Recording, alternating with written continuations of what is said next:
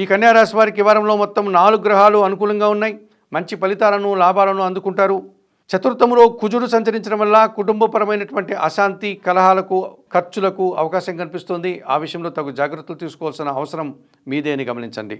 లాభంలో చంద్ర సంచారం వల్ల జన సంబంధాలు పెరుగుతాయి. వృత్తి ఉద్యోగ వ్యాపారాలని సజావుగా ముందుకు సాగుతాయి. సంతోషంగా, ఆనందంగా లాభాలను అందుకుంటారు. షష్టంలో రాహు సంచరిస్తున్నాడు. ధైర్యంగా చేసే కార్యక్రమాలను కూడా అనుకూలంగా ఉంటాయి. విదేశీ వ్యవహారాలు కూడా సానుకూలంగా ఉంటాయి. నూతన కార్యక్రమాలు ప్రారంభించి విజయాన్ని అందుకుంటారు. చతుర్థంలో శుక్ర సంచారం వల్ల స్త్రీజన సహకారంతో కుటుంబంలో కొన్ని కార్యక్రమాలు ప్రారంభిస్తారు. ముఖ్యంగా వివాహాది శుభ కార్యక్రమాలు కానీ సంతోషకరంగా వాటిని ప్రారంభించి విజయం సాధించే విధంగా ముందుకు వెళ్తారు. విందు వినోదాల్లో పాల్గొంటారు. మీ మాటకు విలువ పెరుగుతుంది. చతుర్థంలో బుధ సంచారం వల్ల కుటుంబపరమైనటువంటి వ్యాపారము అభివృద్ధి పదంలో ముందుకు సాగుతుంది. స్థిరాస్తుల నుంచి లాభాలు అందుకుంటారు. ఆర్థికంగా బలపడతారు. వృత్తి ఉద్యోగ వ్యాపారాల్లో కూడా రాణిస్తారు. ఈ రాశి వారికి వారంలో సోమ, బుధ, శుక్రవారాలు అనుకూలంగా ఉన్నాయి. వ్యయములో కేతువు సంచరిస్తున్నాడు. నిరాశ, నిస్పృహలు వెంటాడుతాయి. ఒక్క విషయంలో అశాంతికి గురవుతారు.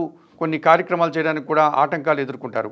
దానాలు ఇచ్చేటువంటి క్రమంలో ఉలవలను బాగా ఉడికించి బెల్లం పొడితో కలిపి గోవులకు ఆహారంగా దానం చేయండి. స్తోత్రపారాయణ విషయంలో గణేశాష్టకం ప్రతినిత్యం చదువుకోండి. ఆలయ సందర్శన కార్యక్రమంలో భాగంగా కన్యా రాశి వారు గణపతి స్వామిని సందర్శించి నమస్కరించుకోవడం వల్ల మరింతగా మంచి ఫలితాలను అందుకోగలుగుతారు.